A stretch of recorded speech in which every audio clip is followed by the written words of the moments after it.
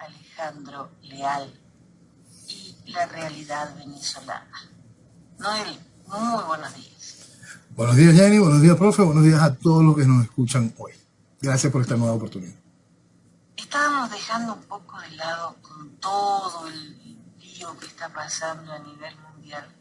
Nos alejamos un poquito de la realidad venezolana, que también está afectada por todo esto que está ocurriendo en el mundo. ¿Qué te parece si nos dedicamos un poquito a Venezuela en el comienzo del programa, sí? Sí, claro que sí. Claro que sí, es importante, y es importante entender a Venezuela no solo por la realidad que nos afecta como venezolanos, sino dentro del concepto de la cabeza de playa que es dentro de esta guerra multidimensional contra Occidente. Lo cierto es que Venezuela sigue viviendo su drama, ¿no? Su proceso revolucionario, sigue viviendo bajo el chavismo, sigue viviendo bajo la complicidad de la estructura opositora, sigue viviendo con un país que cada vez está más aferrado a la mentira, que eso es uno de los asuntos más interesantes de esto, porque hay una gran mentira que es fundamental terminarla de desmantelar. No hay Venezuela mientras el proceso revolucionario esté ahí. Simplemente no la hay. Lo que hay es este feudo marxista donde hay todo este tipo de negociaciones mafiosas, y este tipo de negociaciones mafiosas dan ciertos elementos de aparente normalidad cuando la estructura del proceso revolucionario no se detiene. Y tan no se detiene, y es importante allí afincar a lo que es estrictamente político-ideológico que va haciendo el chavismo, y simplemente no descansa en ese andar. Dentro del partido, el Partido Único Socialista, se generan constantes discusiones, esa dialéctica eterna que tienen los partidos de izquierda, simplemente para bajar instrucciones de manera clara, muy bien diseñadas, para que el partido las aplique a través de distintas herramientas, ¿no? Entonces, ahora viene la inauguración de una serie de 200.000 vicepresidencias dentro del partido. Como hablábamos al principio, a finales del año pasado, hablábamos sobre la deuda que tiene el proceso revolucionario nacional venezolano con la agenda del proceso revolucionario global de destrucción del individuo y la familia, ¿no? Y hablamos que se iban a poner mucho al día en esos términos, tanto a través de la Asamblea Nacional y, por supuesto, a través del partido, que es quien ejerce la realidad del gobierno, porque los lineamientos que nacen del partido son los que se vuelcan tanto en el Ejecutivo como en el Legislativo. Bueno, decir que nacen del partido también es un error, ¿no? Pero por lo menos que se exponen en el partido. El partido inaugura una nueva serie de vicepresidencias en donde están las vicepresidencias de afrodescendientes, la vicepresidencia de sexo diverso, la vicepresidencia de ecosocialismo, la vicepresidencia de todo el festival de pendejada que promete la Agenda 2030, que promete todo este proceso de ideología de género, que promete todo el proceso que va en contra del individuo, familia, sociedad, nación. Entonces, el partido los comienza a exhibir dentro de su organigrama de trabajo para poder activarlo de manera más práctica a través de las distintas herramientas que ellos han ido colocando como aspectos de movilización dentro de la sociedad, a través de unas cosas espantosas que llaman las RAF y otras cosas que llaman las VC, y todo eso va aplicado después dentro de la manera directa de llegarle a la población a través de el sistema patria o a través de el sistema de complemento alimentario, esta cosa del CLAP. Entonces, cada vez que el país cree que existe algún tipo de forma normal de vivir dentro del esquema chavista, obvia que el proceso revolucionario sigue avanzando, sigue esclavizando, sigue adoctrinando, sigue penetrando los hogares y acabando con todo esquema natural del desarrollo tanto del individuo y, por supuesto, de la familia. Todo eso sigue en su camino y avanzando cada vez quizá a más velocidad, porque ahora cuenta con la legitimidad de ejercicio que le ha brindado el guiado a través de cada uno de estos procesos electorales, y ahora cada vez más cuenta con la legitimidad de esta aceptación de la particular forma de gobernar, algo que ya el guiado había brindado este tipo de posibilidades, pero que ahora el gobierno se siente absolutamente cómodo frente a los hechos de la guerra, la cantidad de beneficios por la necesidad de energía. Venezuela es, entre las cosas mágicas que es Venezuela, es esa alternativa, es poder colocar algo de petróleo en el mercado en un tiempo perentorio y que el mismo pueda intentar de alguna manera apalancar no, aminorar la situación que se va a ir viviendo con el desarrollo del costo de la energía, que simplemente va a seguir subiendo. Entonces, por eso es que es tan importante Venezuela en el mercado energético. ¿Qué trae eso? En el marco de la aceptación de la manera de gobernar de la tiranía, viene el proceso ahora de levantamiento de las sanciones. Esta semana, ya de manera formal, los Estados Unidos, la administración Biden, permite que Chevron, que lleva muchísimo tiempo ya entablando conversaciones con el gobierno de manera no oficial, comience y tenga libertad de generar operaciones para la extracción y comercialización del petróleo en el país, sin ningún tipo de sanción directa para la empresa. Por supuesto, esto se va a ver obligado, porque es una lógica de mercado, a que vaya levantándolo hacia el resto de las empresas, porque las otras empresas van a hacer sus demandas propias de querer participar en el negocio. Y antes de que las otras empresas lo hagan, vamos a ver cómo empresas del mercado europeo, frente a esa necesidad tan impresionante de petróleo, van a saltar aún más rápido que las decisiones que pueda tomar la administración Biden en ese sentido. Entonces vamos a ver respuestas inmediatas de BP, vamos a ver respuestas inmediatas de Total, los franceses, vamos a ver qué cartas juegan, me imagino que grandes. ¿Y qué trae como consecuencia de eso? Estabilidad a la tiranía. Gracias a los años de paz, de lubricar toda esta maquinaria que ha logrado que el chavismo avance. Todo eso lo logró la estructura del guiado, gracias al esfuerzo del venezolano en haber votado en 2015, firmado papelito y salir a aplaudir a semejante caricatura una y otra vez. Hoy el chavismo se da el lujo de decir ya hasta con desparpajo, ¿no? Yo sí creo que si van a ir a México, yo creo que si van a continuar lo de las conversaciones, pero ellos mismos dicen, ¿para qué? ¿Para qué continuarla? ¿Para qué continuarla si todo está bien? No hay nadie que diga que hay algo mal en Venezuela. Todo Venezuela se arregló. Venezuela está a punto de vivir un gran apagón que la deje de nuevo sin luz, pero no, Venezuela se apagó.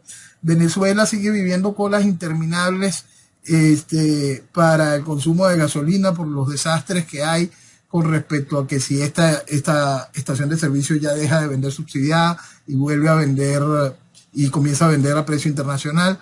En el interior del país los apagones son cada vez más constantes. En Caracas los estamos viviendo ahora con regularidad unos grandes bajones del servicio eléctrico, lo cual por supuesto van a dañar electrodomésticos y cualquier cantidad de cosas que tengan que ver con el sistema, generando más golpe a la población. Es decir, todo el proceso de destrucción de Venezuela sigue avanzando a una velocidad impresionante. Y ahora va a venir esta oportunidad de recibir no solo la legitimidad internacional y esta libertad para la negociación internacional y la posibilidad de, por supuesto, volver a aprender nuevas lavadoras en el ámbito internacional, sino que te van a soportar todo lo que haga. El chavismo tiene ahora luz verde para poder hacer cualquier cantidad de cosas porque está absolutamente consciente de que el mundo necesita petróleo y Venezuela nada en petróleo. Cuando hablabas de retomar el diálogo, creo que Suecia es la más interesada en retomar el diálogo. ¿Por qué? Ahorita no hay país que no quiera que se retome diálogo, que se busque cualquier cosa para poder intentar hacer que Venezuela coloque lo más rápido posible petróleo en el mercado. Así de simple. Sí, es simplemente eso. La realidad es que el mundo, la sangre del mundo, sigue siendo el combustible fósil, pues. Venezuela es la mayor reserva certificada de petróleo. Venezuela es uno de los países donde la extracción del petróleo es menos complicada. Es decir, quien mantenga el control de Venezuela en estos tiempos de lo que se va a vivir en el mundo es el que va a obtener reales beneficios.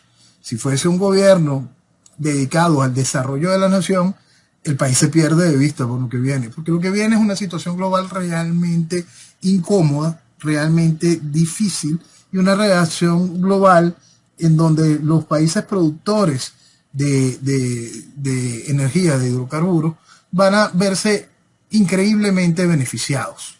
Entonces, esta serie de situaciones, más allá de la guerra, puntualmente de la guerra Ucrania-Rusia, va a traer una escalada aún mayor en los precios. Esta semana vivimos el ataque a una planta de refinería de Aramco, de la principal, de la compañía, pues esa es la única compañía saudí de petróleo, la más grande del mundo.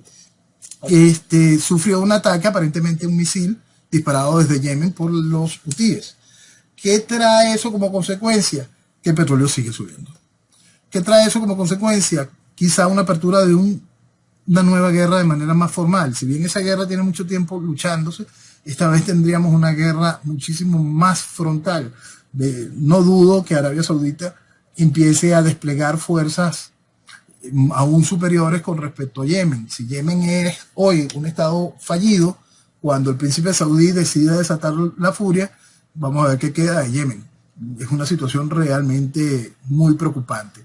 Es importante entender que estos rebeldes hutíes no tendrían la capacidad para estar atacando con drones y con misiles a Arabia Saudita sin el apoyo de Irán.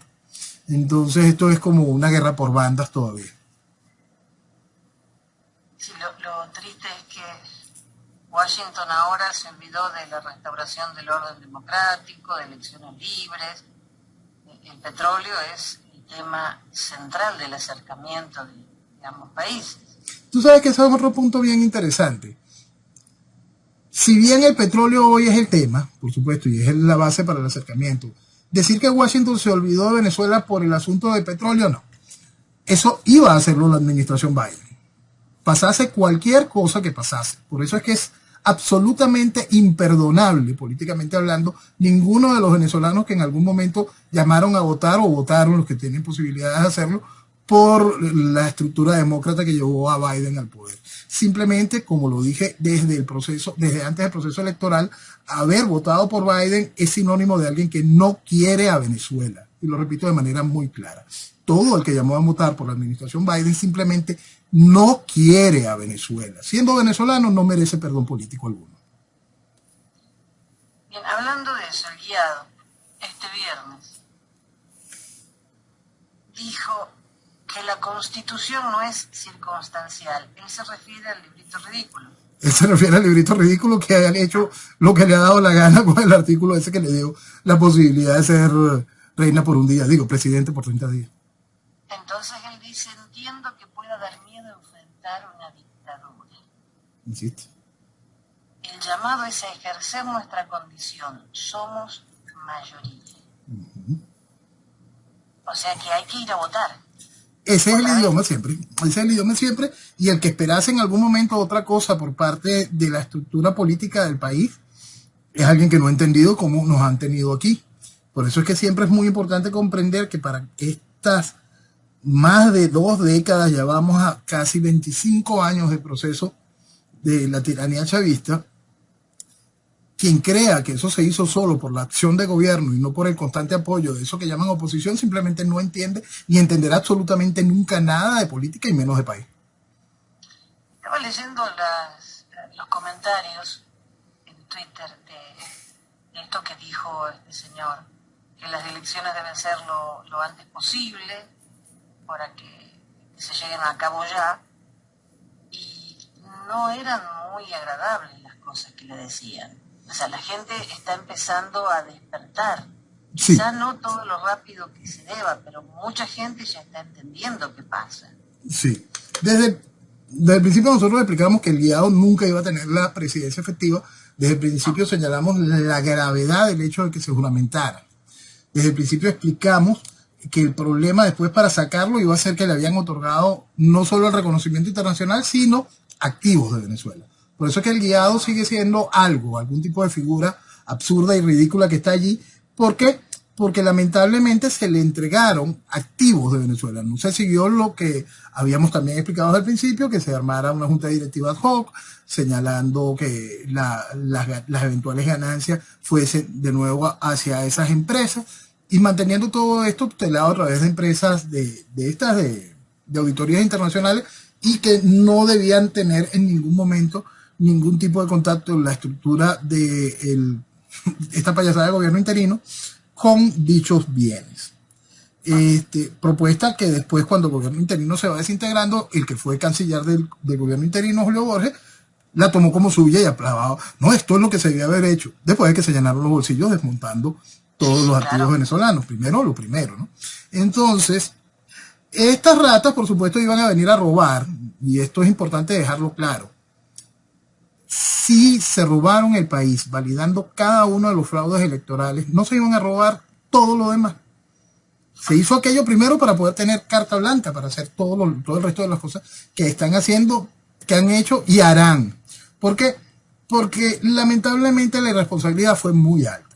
Hoy que hay una sociedad que está despertando y que señala por fin y entiende cada una de esas cosas, todavía tiene el concepto de creer en mucho que el problema es el guiado, o el problema es Leopoldo, o el problema es Capriles. No. Repetimos, todo el que lo llamó usted a votar después del año 2004 lo hizo de manera absolutamente consciente para el fortalecimiento de la tiranía. Si no, es un pendejo. Entonces, ¿para qué le sirve? Eso es algo muy importante que el país vaya asimilándolo. Y eso tiene que ver con el pensamiento político de toda una nación, no solo el actor político. Es toda la estructura académica que hizo lo propio, toda la estructura comunicacional que hizo lo propio, es toda la estructura religiosa que hizo lo propio, es toda la estructura económica que hizo eso. Por eso hay que entender que ese pensamiento político está errado, deformado y ha hecho muchísimo daño. Y comprender la necesidad de una gran ruptura general con esto para poder decir que vamos a recuperar el país. Ahora, volcamos esa foto, el país en recuperación, un país lejos de la mentira política, lejos de elementos similares al guiado, un país que entiende el socialismo como problema, un país que entiende las oportunidades del desarrollo con orden y un país que está claro en la necesidad del orden para el desarrollo frente a esta oportunidad que tiene Venezuela hoy.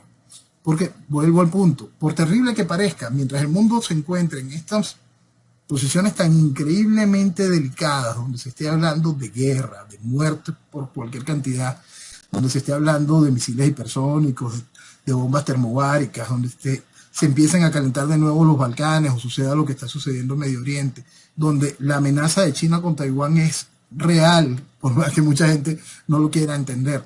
Todo eso repercute en necesidad de energía. Repercute, por lo tanto, en ingresos para Venezuela. Quien maneje el ingreso para Venezuela, si es por supuesto la parte del chavismo, significa más esclavitud. Si esos ingresos estuviesen manejados para el desarrollo de la nación, la llama de la libertad de nuevo es Venezuela. Es que los que están promoviendo elecciones no ven cómo el país se va destruyendo.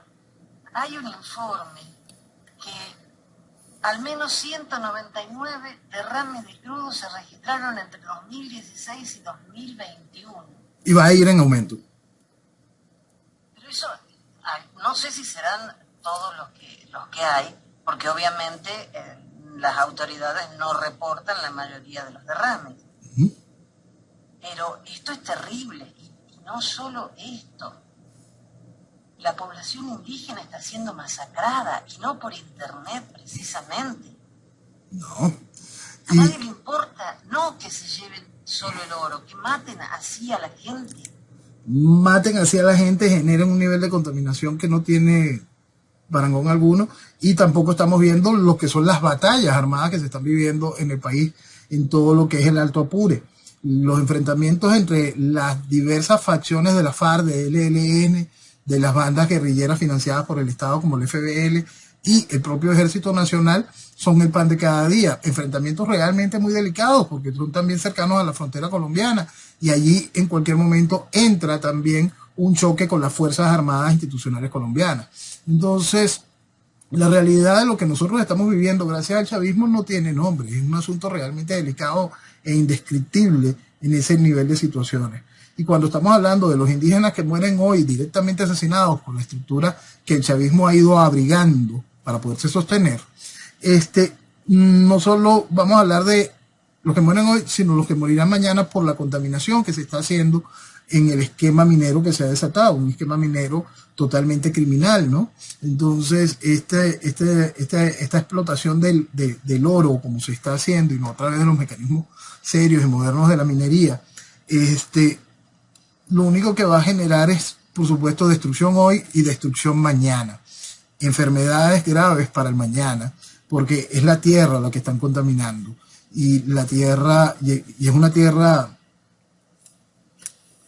no solo como toda la tierra de Venezuela, que es hermosa, sino en el caso particular de toda esa Amazonía venezolana, donde se está cometiendo los más grandes crímenes, tanto directos contra los indígenas como los crímenes ecológicos más fuertes. Es tierra con una vibración muy especial, es una tierra realmente llena de magia la que se está destruyendo. Cuando tú hablas de esas leyendas indígenas latinoamericanas, yo tengo una deuda pendiente contigo sobre un trabajo que hizo un amigo de la casa al respecto. Y ahí hay cosas realmente maravillosas que nacen de muchas de esas etnias, de mucha historia, que en Venezuela es una historia que ha sido siempre solapada, despreciada, hasta escondida, pero también cargada de mucha belleza, de mucha magia y de mucho significado histórico. Todo este problema es en el arco minero del Orinoco, ¿no? Sí, y más. Porque el arco minero del Orinoco tiene por lo menos una definición estratégica formal que mostrar, ¿no? Pero lo que está sucediendo hacia más abajo, hacia los parques nacionales, es algo realmente cruel. Bueno, como esas fiestas que se hacen en los parques nacionales sin respetar y cuidar el medio ambiente. Eso es espantoso, el daño ecológico es brutal. Sí, la fiesta quizá ayudó a poner las luces sobre una realidad que tiene que ser realmente, tiene que el país conocerla, el daño que se le está haciendo al pulmón del planeta, lo que corresponde a Venezuela, el daño que se le está haciendo a la magia de nuestros ríos, lo cual atentará después contra nuestro sistema hidroeléctrico, el daño que se está haciendo contra esa tierra que Humboldt calificó como el centro del gobierno del mundo. Esa tierra increíble, la están matando. Sí, sí. Pero solo de ver nomás que la canasta básica en este año aumentó un 61%. ¿Cómo se puede vivir? Que te digan que necesitas $173 más que hace un año. No salen los $173 debajo de una piedra. No salen ni saldrán, ¿no? Por más que el gobierno diga subimos el salario mínimo de $2 a $10 por un ratico y vamos a ver cuánto tiempo dura, es eso, ver cuánto tiempo dura y no tiene nada que ver con la realidad del costo de la cesta básica. Y cuando hablamos de la cesta básica, estamos hablando estrictamente de alimentos y servicios, no estamos hablando de alquiler, educación, quizá porcentualmente, ¿no? De pagos de ese sentido. No, creo que no cae en ese cálculo. Pensar hoy una persona que tenga que pagar un alquiler regular es un asunto invivible. Estamos viendo familias que se han reunido en apartamentos, en casas para poder vivir y más o menos manejar los gastos de este tipo de situaciones. Familias que se han hecho de manera fáctica frente a la realidad. Divorcios que permanecen todos en su casa porque no hay para dónde ir. No, claro. Mira, la realidad que está oculta del día a día de lo que está viviendo el venezolano, la realidad que no es pública y es una realidad que se opaca con la fiesta del derroche que la revolución estimula y que los influencers y todo este tipo de cosas quieren marcar como un desarrollo positivo de la economía venezolana, simplemente es algo que vamos a pagar muy, muy fuerte. ¿Por qué? Porque vamos a poner estos números de referencia para que la gente pueda entender esto. Hoy tenemos un supuesto crecimiento en la economía por una economía de puertos que lo único que trae es un gran crecimiento en el sector comercio. El parque industrial venezolano, que es bastante modesto en general para lo que debería de ser el parque industrial venezolano, tiene hoy en día una capacidad ociosa superior al 80%. Para tener una pequeña idea de qué es lo que está produciendo este país. El país no está produciendo un demonio. Pues lo único que tenemos es una increíble economía de puertos que hace que tengamos cualquier producto de importación directa y directa hasta el consumidor, o las mismas marcas nacionales simplemente importando y reetiquetando para disfrazar de alguna manera la desgracia y colocarse como si ellos estuviesen haciendo algo para el desarrollo del esquema económico de la nación, que no es simplemente fortalecer la gran fachada de la mentira de una economía de puertos para que se generen unos ciertos números macroeconómicos interesantes y que el proceso de hiperinflación se detenga. Tengo un problema que entender y por supuesto recurro a vos. España rechazó la segunda solicitud de asilo de Carvajal. Pero España suspende la extradición del pollo por recurso ante la Corte Europea. ¿Cómo entiendo esto? La supraconstitucionalidad, no, la supranacionalidad. Mira, Europa tiene tribunales europeos que deciden por encima de las decisiones nacionales. ¿Sí? Entonces, la Audiencia Nacional de España, por segunda vez, rechaza el petitorio de asilo. Esto es importante que se entienda esto. Si bien eso no significaba que empacabas al pollo de una vez y el delivery del pollo. No. ¿Por qué? Porque ahí inmediatamente entraban unas nuevas recusaciones ante otra instancia superior dentro de la misma España. Lo que pasa es que junto con ese proceso, la estructura legal que defiende al pollo Carvajal ya había recurrido, por supuesto, a tribunales europeos.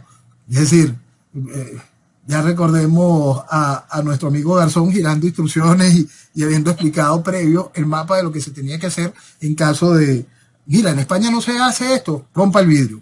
Europa está ahí. Entonces está toda la estructura internacional. En este caso entra uno de los tribunales europeos con sede en Estrasburgo a decidir, no puedes enviar el pollo por sus derechos humanos, no lo puedes enviar a los Estados Unidos. Lo que se busca simplemente es que el pollo, en venganza, porque lo sacaste de Europa, empiece a cantar y a soltar cada vez más y más y más cosas. Lo que tiene el pollo todavía por decir con respeto, y por eso pasamos al punto Europa, y no solo el asunto España, es muchísimo más grande. Por eso es que siempre hablamos que cuando empiecen a hablar y a detonar el proceso europeo de lo que el chavismo ha hecho y que hizo personalmente, coordinó personalmente el pollo para financiar a distintos elementos políticos en toda Europa, es algo demasiado delicado como para que el tipo vaya y cante en venganza. Entonces, como hemos señalado en más de una oportunidad, se buscarán todos los mecanismos para que el pollo permanezca en Europa.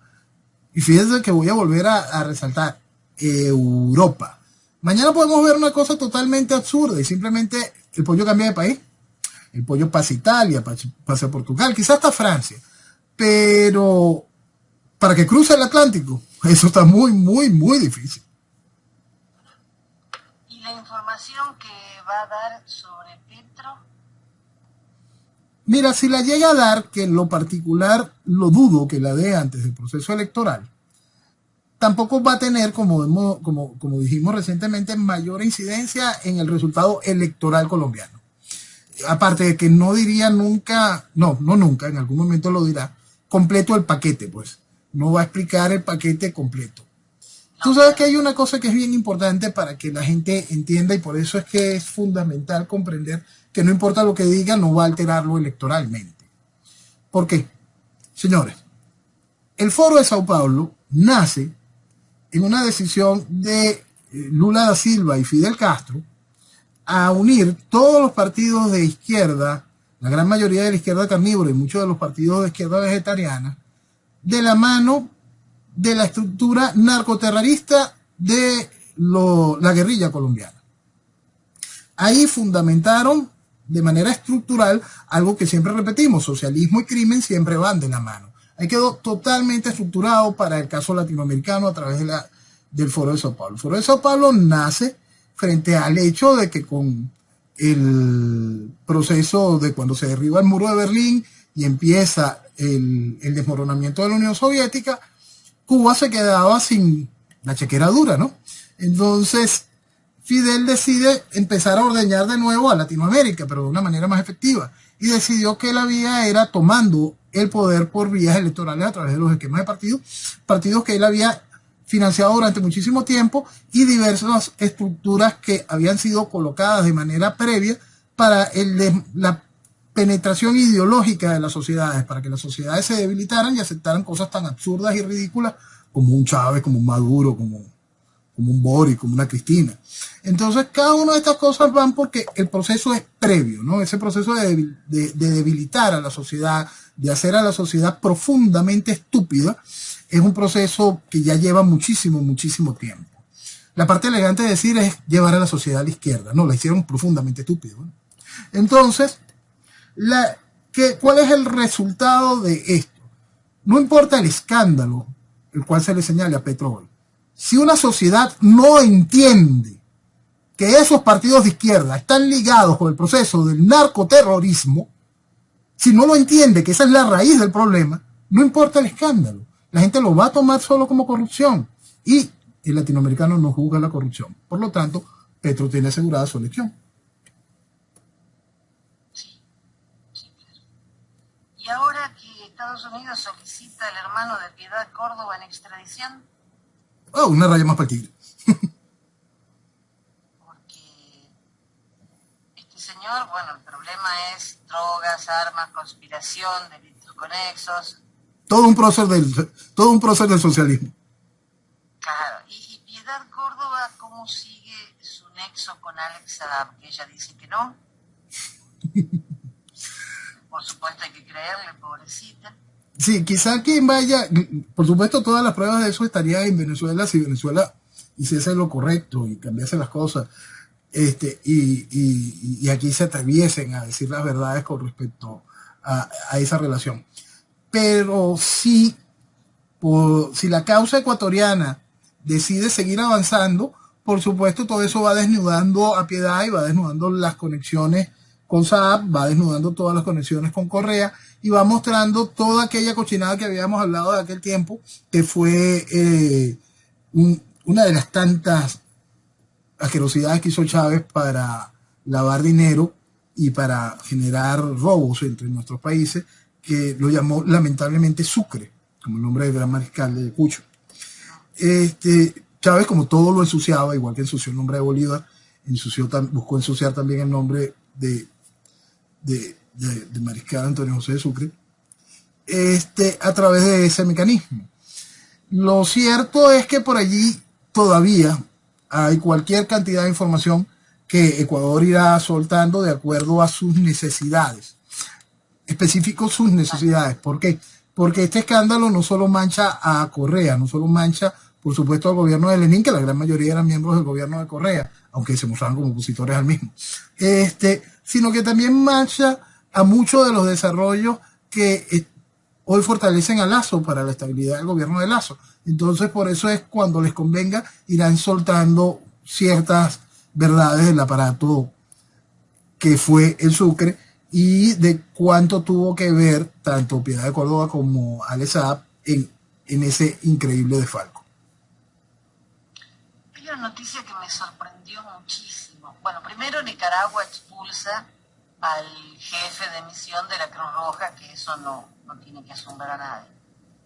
Pero sí me asombró el embajador de Nicaragua ante la OEA y calificó a su gobierno de dictadura.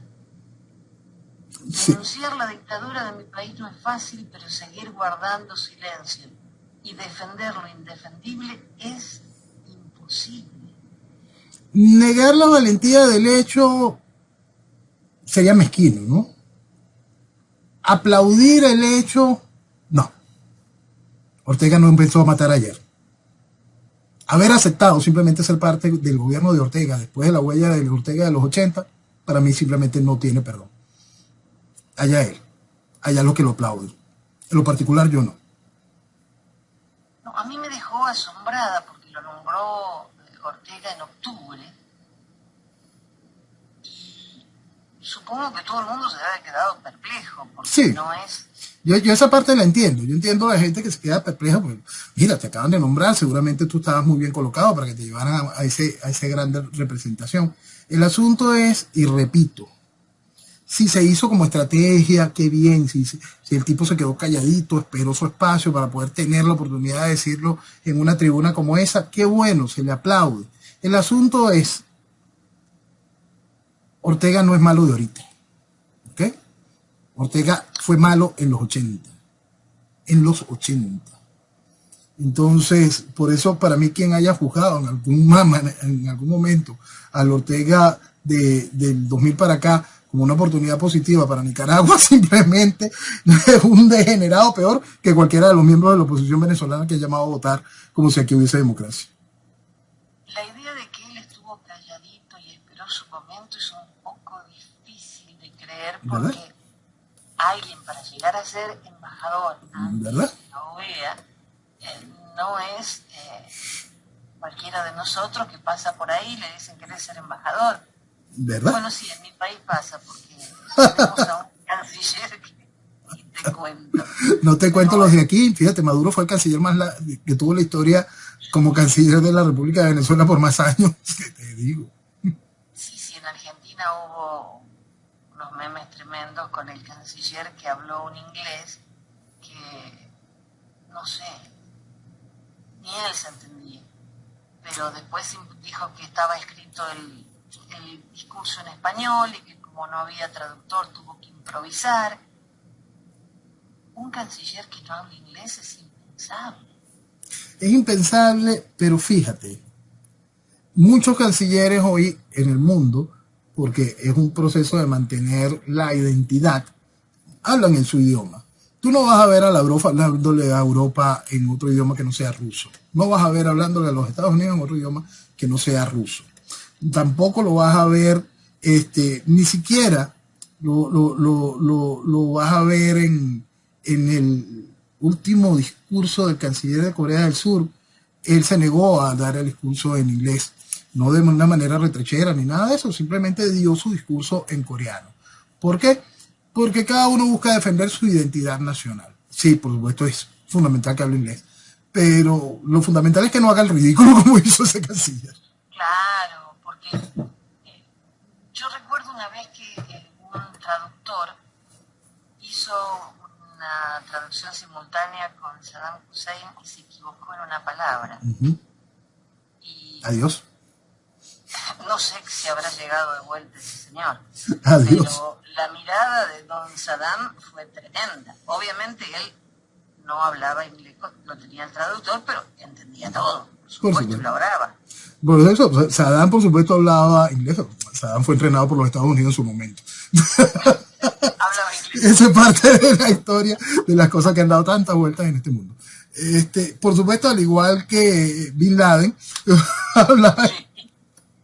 Bueno, ese tipo de productos que después le salen defectuosos. Por supuesto que Saddam lo que mandaba era la imagen de ser el líder iraní, iraquí, y mandaba ese mensaje de contundencia. Por supuesto, no hablaba en un discurso en inglés, aunque lo manejase a la perfección. Sí, claro, pero por lo menos lo manejaban. Sí. Ese hombre decir children por children es un poco... Y después no sé qué otras palabras, bueno, fue... Es que al principio es gracioso. Sí. Después es triste. Después es triste porque es la imagen de un país. Piensen en Chávez como imagen de Venezuela. Piensen en Maduro como canciller después de que Venezuela se dio el lujo de tener en el primer gobierno de Rafael Caldera, durante todo el gobierno de Caldera, a un canciller de la estatura de Calvani. Son cosas que asustan. Claro, yo me ponía a revisar los cancilleres que hemos tenido anteriormente, no en los gobiernos peronistas, por supuesto, ¿no? Y eran increíbles. Claro. Todo país tiene una reserva extraordinaria de gente con altísimas capacidades. Gente con altísimas capacidades que para verse ligados en los procesos políticos muchas veces cuesta. Quizá una de las ramas donde los procesos políticos cuentan con gente de más altas cualidades es precisamente la Cancillería. ¿Por qué? Porque hay gente que es preparada para esas áreas, ¿no? Y existía, en todos los países ha habido como cierto respeto, en los países donde hay algo de respeto, ¿no? Hacia la institucionalidad, hacia lo que es el diplomático de carrera.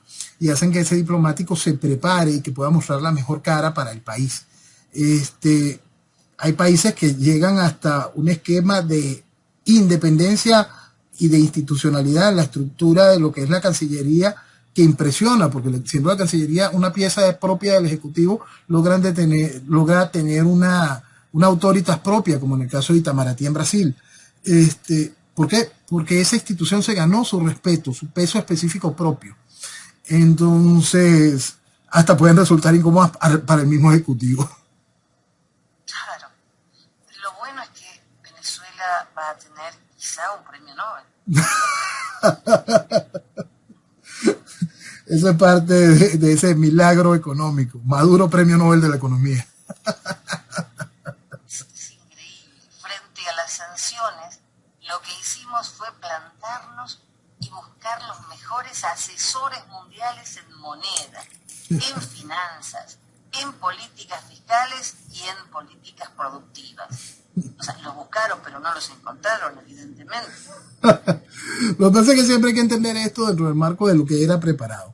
Hay un artículo que yo escribí en el 2008. En el 2008 el artículo lo titulé Chávez buscando desesperadamente el bloqueo internacional. En el 2008 ya Chávez había montado toda la estructura a través de un esquema de triangulaciones y a través de negociaciones directas para aquel entonces para soportar un proceso de bloqueo internacional. Todo un asunto buscado por Venezuela en su momento para poder generar todo este tipo de alternativas políticas. Como recordamos y volvimos al punto de Maduro, el canciller de Chávez por esos 6 años, tenemos que recordar que Chávez durante 10 años de ejercicio de gobierno viajó un año completo, 365 días distantes durante esos 10 años de ejercicio. La gran mayoría de esos viajes lo hizo directamente con Maduro. Allí se engrasó toda una maquinaria que hizo posible no solo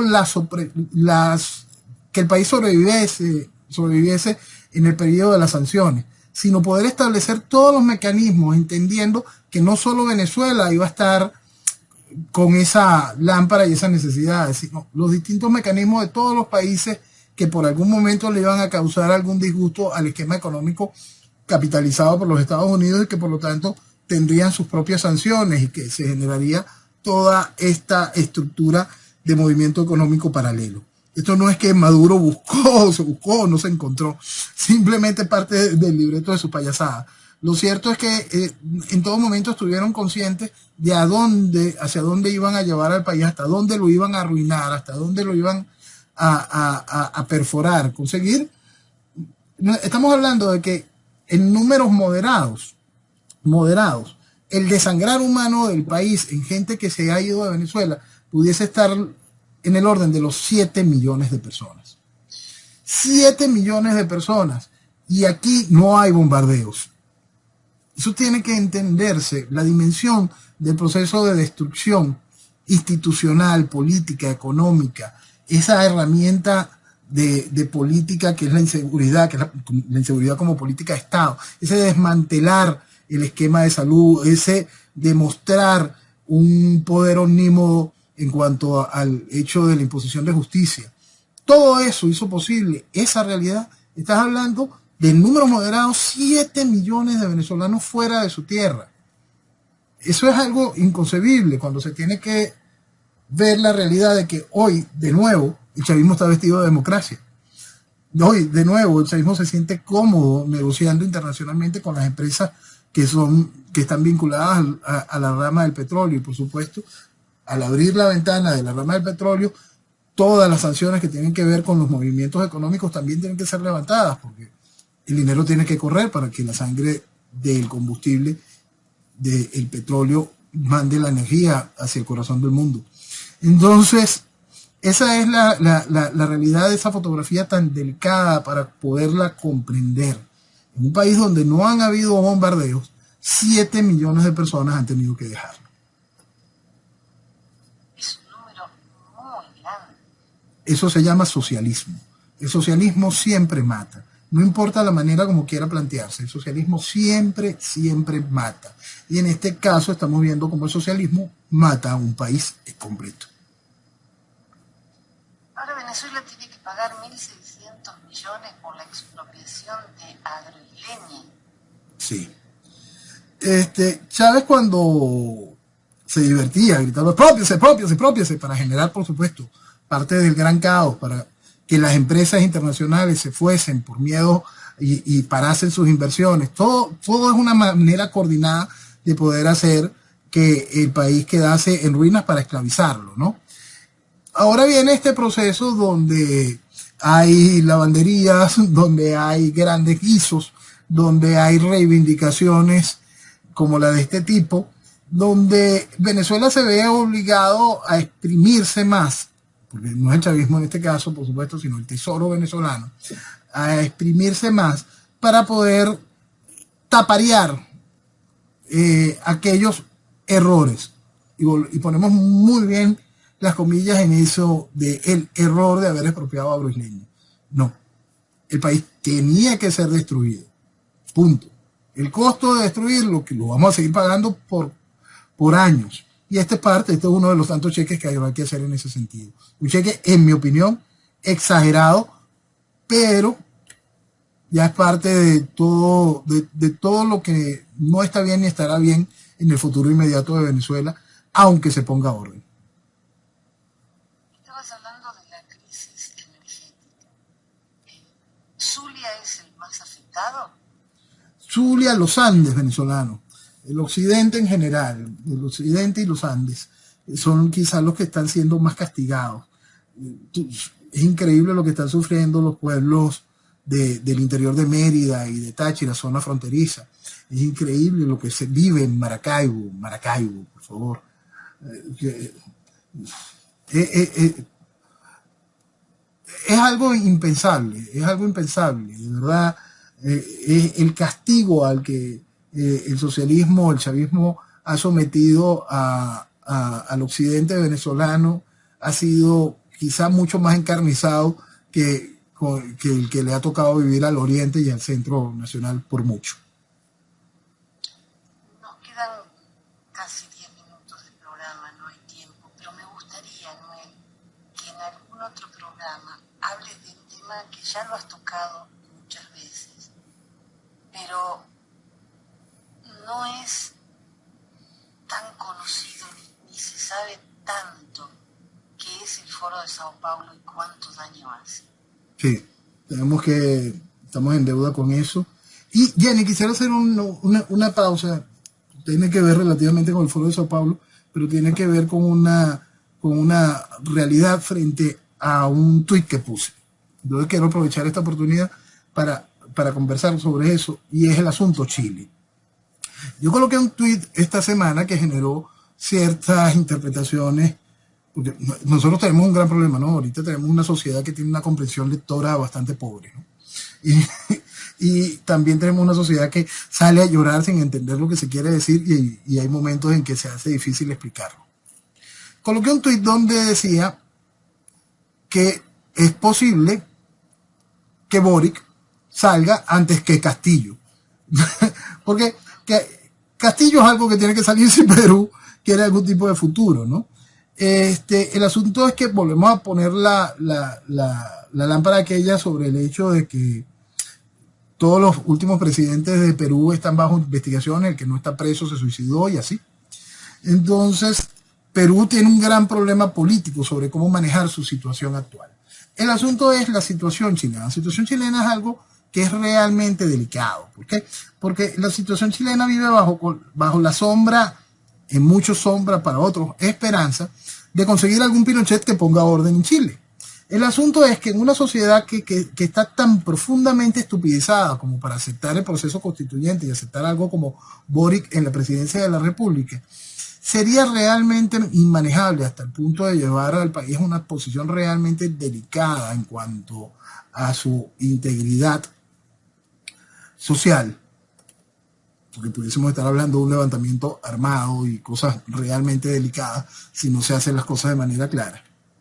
El asunto es que el comportamiento de Boric puede llevar a la necesidad de intentar sacarlo por loco, por demente. No sé si Chile, no sé cuáles son los estatutos con respecto a qué se hace cuando el mandatario se vuelve loco.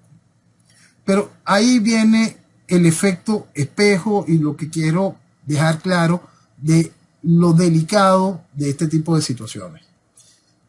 Cuando el chavismo comenzó, por supuesto era evidente que Chávez era un formal demente.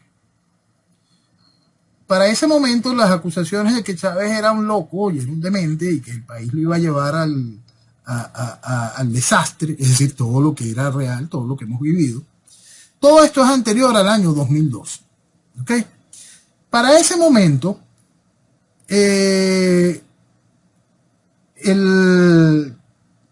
el padre político de Hugo Chávez, ídolo opositor posterior, Luis Michelena, comunista de toda su vida, movió a los magistrados que tenía en el Tribunal Supremo de aquel entonces para que se aceptara una moción y se discutiera sobre el estado de salud psiquiátrica de Chávez.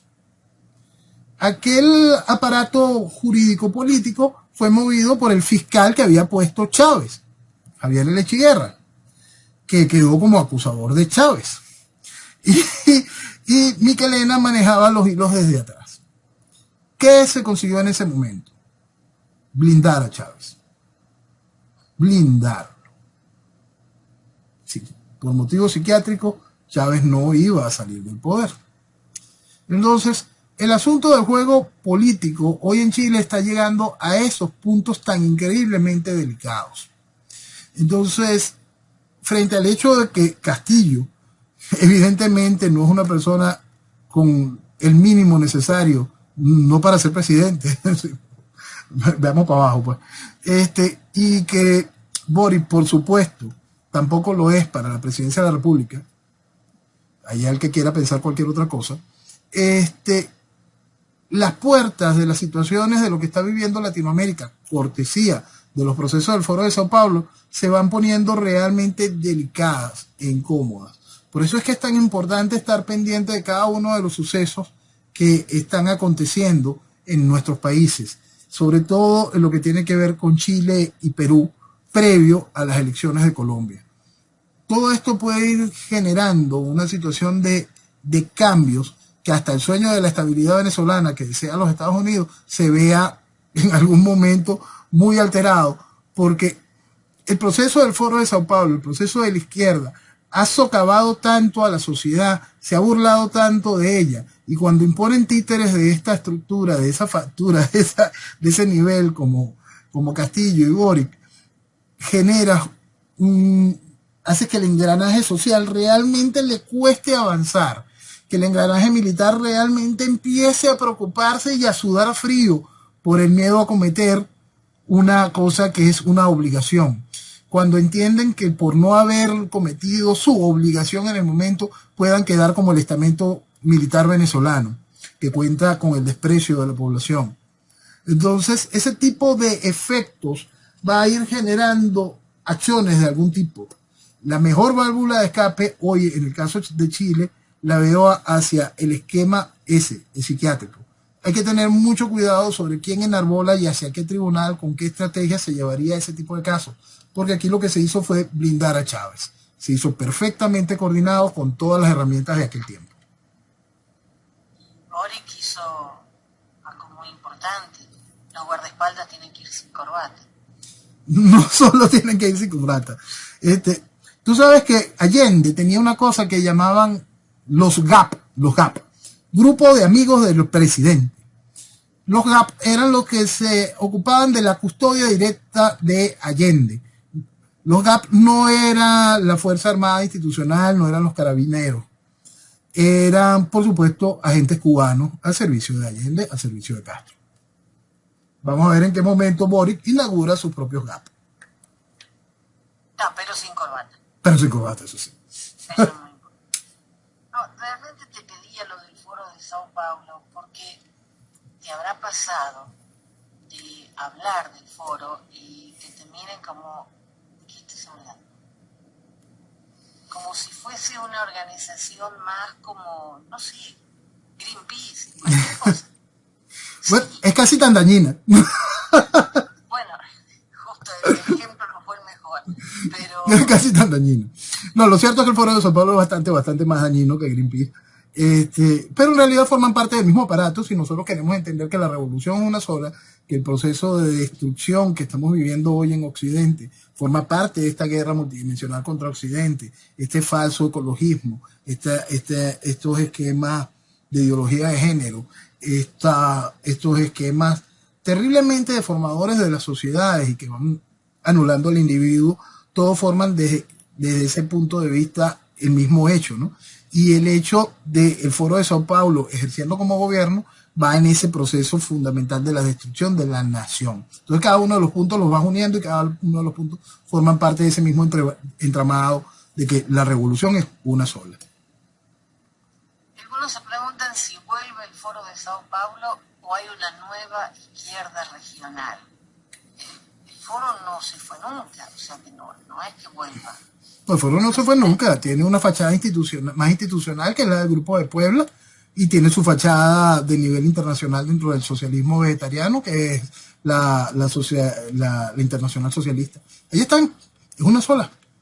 O sea que solo Uruguay y Ecuador estarían afuera ahora, porque Colombia Paraguay. No sabemos, Brasil no sabemos, Paraguay. Brasil hay que ver. Y hay que ver, hay un momento en que si Brasil se pierde, ver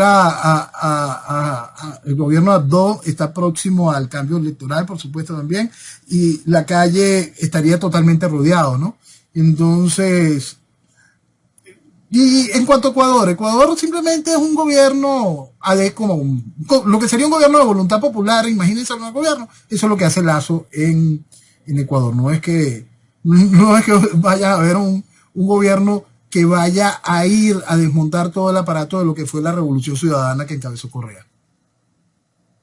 Claro, pero Brasil está pasando un momento económico muy bueno. Sí, Brasil tiene el con qué, si logra entender que lo que ofrece Lula, por supuesto, es mentira, involución y destrucción, y se apega más a la idea del Brasil fuerte y el desarrollo que ofrece Bolsonaro, por supuesto, mantenerse muy, muy fuerte y en un avanzar constante. Es que Brasil ha pagado todas sus deudas, tiene superávit, el desempleo bajó muchísimo. Y hay una cosa que es muy importante, hay orgullo real, no el orgullo ficticio de pobreza cero y una cantidad de mentiras que marcaba Lula. No, hay un orgullo real por muchos brasileños, se le siente cuando uno ve sobre todo comentarios no mediatizados, se encuentra ese levantar, ese orgullo por lo que está viviendo Brasil. Claro, la inflación fue de un 0.95 y se quejan. Se quejan. En mi país la inflación es brutal y entonces ahora el propio gobierno, esta vicepresidente con presidente no tienen diálogo, la señora Kirchner no le contesta el teléfono al presidente, bueno. Recuerda que nosotros Venezuela rompió el récord en hiperinflación total. La hiperinflación que vivió Argentina quedó atrás comparada con la que a nosotros nos tocó vivir. Sí, es lamentable tener que pensar todo esto que está pasando, pero bueno, se nos pasó el tiempo, ¿no? Muchísimas gracias, esperamos Dios mediante el próximo domingo. Si Dios quiere, aquí estaremos. Muy buenos días y que viva Venezuela.